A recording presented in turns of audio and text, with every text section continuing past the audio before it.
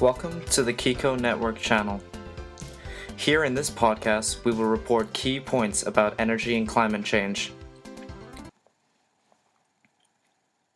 The sixth theme is the possibility of energy conservation. From a climate change point of view, we can no longer afford to keep using substantial amounts of energy. An increased dependency on nuclear power supply is out of the question. Because of the dwindling supply and ever-increasing prices, we can no longer rely on the use of fossil fuel either.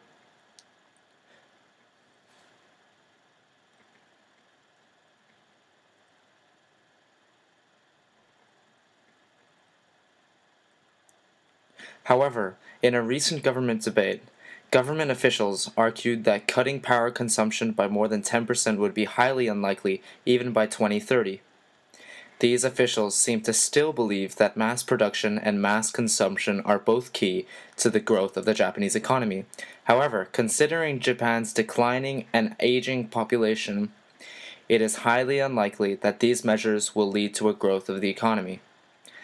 Please take a look at this chart regarding our current energy consumption levels. The chart is broken into sectors. It can be seen that a substantial amount of energy is being lost through the energy conversion and consumption in the industrial sector.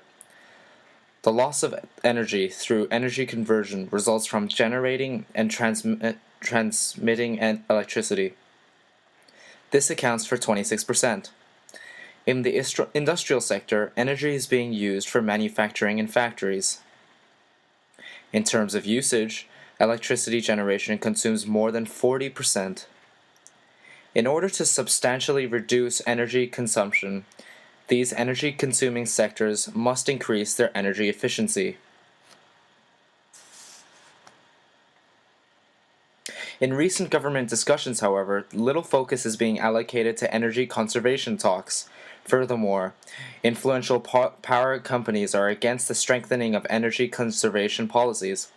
Keidannen, or the Japanese Federation of Economic Organizations, has recently said, "We've made much progress in energy conservation, so much so that we almost have nothing left to save. We are like dried out towels." Thus, they have enjoyed voluntary actions which allow these power conglomerates to make their own decisions regarding their energy use. It is clear, however, that without conservation efforts from domestic industrial companies as well as households and offices, we cannot progress with the saving of energy nationwide. In other countries, the power and industrial sectors consume the largest amount of energy and emit the most CO2. The governments of these countries have hence looked to alter these two areas first.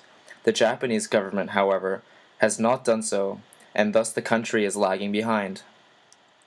The fact is, the power and industry sectors could save much more. Cogeneration would enable power companies to increase efficiency by using byproduct heat, which is otherwise wasted. Replacing old LNG power plants with modern ones would lead to a decrease in fossil fuel consumption.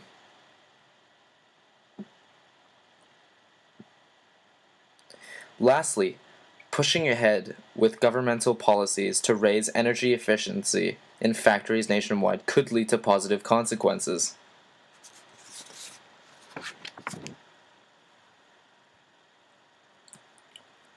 It is no question that with an increased focus on the power and industrial sectors, 40% of energy could be cut by 2030. The best way to achieve this would be to implement a cap-and-trade emission trading scheme.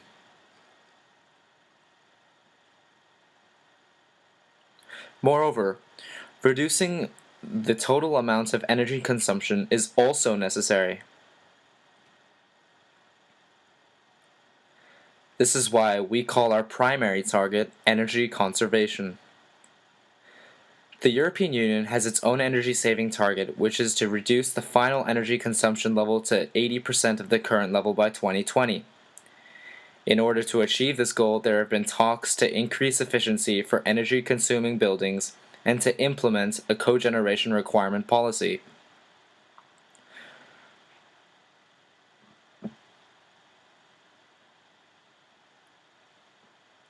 Furthermore, European power and energy supplying companies are required to reduce not only their energy consumption levels, but also household energy consumption levels.